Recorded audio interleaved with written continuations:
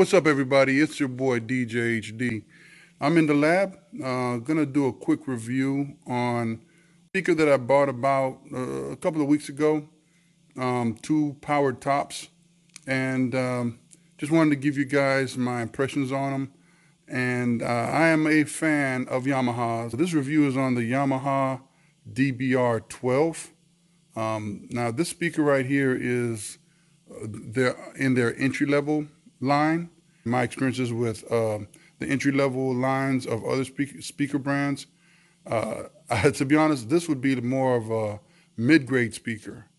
As far as the construction, the sound reproduction, the specifications, the numbers, the performance, the output, really, to be honest with you, this speaker is considered Yamaha's entry-level, but this can very easily be the mid-grade on other brands. Why do I say that? Well, for starters, the construction, the way it feels. I mean, the plastic. If you guys were here, you'd be able to kind of feel and touch and sense what I'm talking about. The thickness and the robustness of the plastic that they use. It's not their top-notch stuff. It's definitely not that, but it's very solid. Even the grips, you've got the dimples here on the grips, is very solid. It just feels like it's quality. The grill, I have used, and I still own them, the ZLX line of speakers. I have both the ZLX 12P and the ZLX 15P. I have a pair of JBL SRX 815Ps. Now those are the top of the line portable DJ speakers. So the reason I got these are because I've got a situation coming up where I wanted to add more speakers, more powered speakers to reinforce my sound system. In the DBR12 line, Yamaha has a 10-inch, 12-inch, and 15-inch. And believe it or not, these things pack a punch. They are, these are the 12 inches, and they, they have a continuous power rating of 465 watts. That's continuous. That's 400 watts to the woofer and 65 to the tweeter. And I mean, you feel it. I mean, this thing really sounds great. It's loud, clean, doesn't clip easily. And, you can pair these with a set of subs if you wanted to, and you can really have a great sounding sound system. Now, you can't, like, I'm not saying you can compare these to, some high-end speakers like QSC, K12.2s or something like that. I mean, those speakers cost almost double the price. These are $500 a piece, but the max SPL, and that's something that a lot of DJs, you guys need to look at. What is the max SPL? You can look at the wattage, you can look at all that other stuff, but the max SPL on this one is 131 decibels, dBs. Man, that is impressive. You can compare that to a lot of other high-end speakers, and they're around that same range, around the 132s, 134s. But like, again, you're paying almost double the price. So, do the math. You'll get a better sound with 4 cheaper speakers than you would with 2 expensive speakers. You would spend, you could spend the money and use 2 15s and rock a party without a sub. 2 high-end 15s, I definitely, would recommend that. That's what I do with my JBL SRX 815Ps. I'll use those a lot of times with no sub, and they do a great job. So you can do that. But if you're going to use smaller speakers, I don't think it's as important to spend crazy money on it. You guys, I'll show you the back here real quick. So you got, there are a lot of videos that you can find on YouTube with the specs or the detailed breakdown of all these sections. I'm still learning it, but you know, you got 2 channels. You got the combo jack XLR, a 1/4 inch input, and then you on channel 2 you also have the RCA inputs as well. You got individual gain control for each one, and then you got the link output over here. And you've got some DSP options here. Get my flash out of your way so you can see. But so you got the decontouring. It does make a difference here.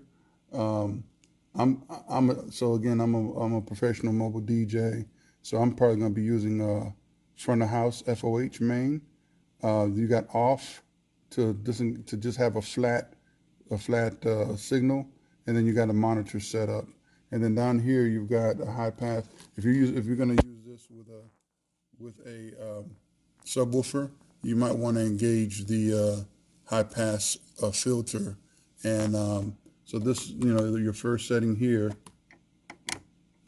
First setting will eliminate all the signals 100 hertz and below, and then the 120 will eliminate, you know, everything 120 and below.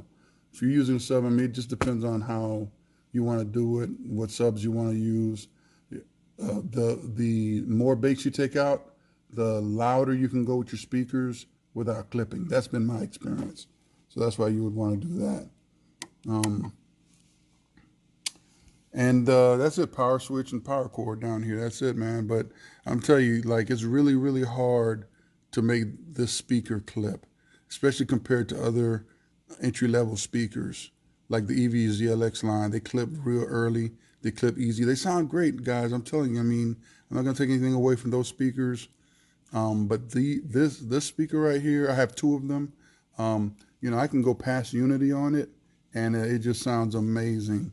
So I'm going to play a royalty-free, you know, free licensed song that I got off the internet, just to kind of, you know, give you guys a taste of what this sounds like. Of course, you know, you won't really get a good representation of what I'm feeling, but I played it a minute ago, and it really had good bass response, especially for a 12-inch woofer.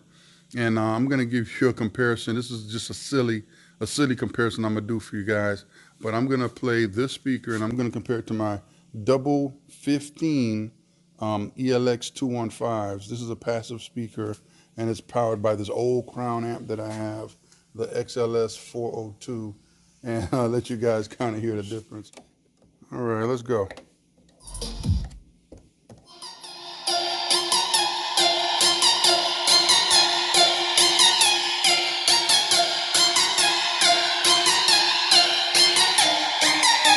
DJ HD.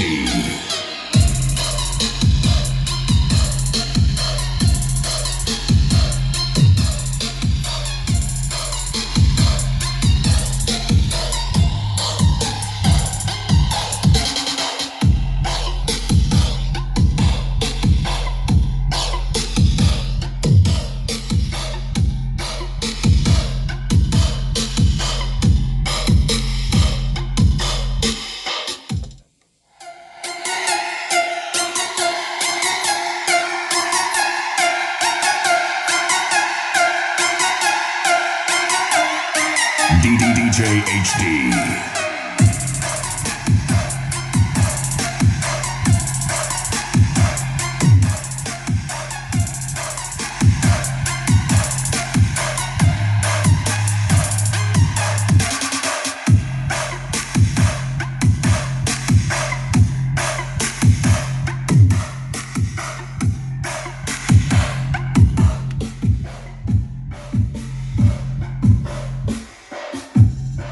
Nope.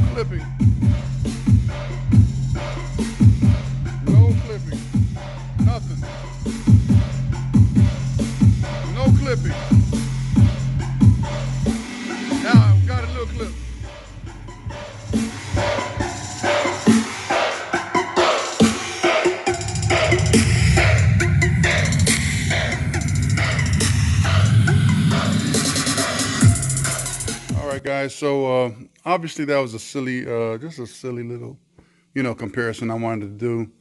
This, I mean, this definitely, was louder, sounded better, moved more bass, moved more air. I mean, you got two 15-inch cabinets, dedicated tweeter, pushed by an amp, and I just looked up the stats on the amp, and it pushes 400 watts at 4 ohms.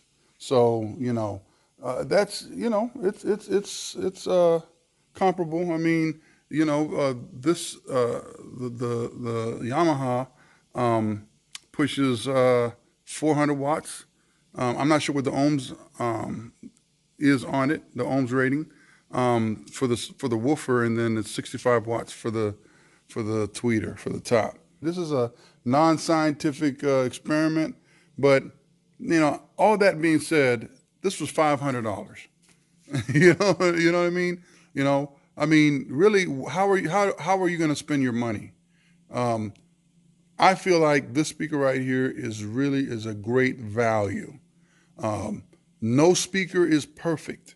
Any DJ, any sound engineer, anybody who tells you that, if they've got the perfect speaker, they're lying. There's no such thing as the perfect speaker. Speakers are just tools. So thanks for watching, and keep rocking. Peace.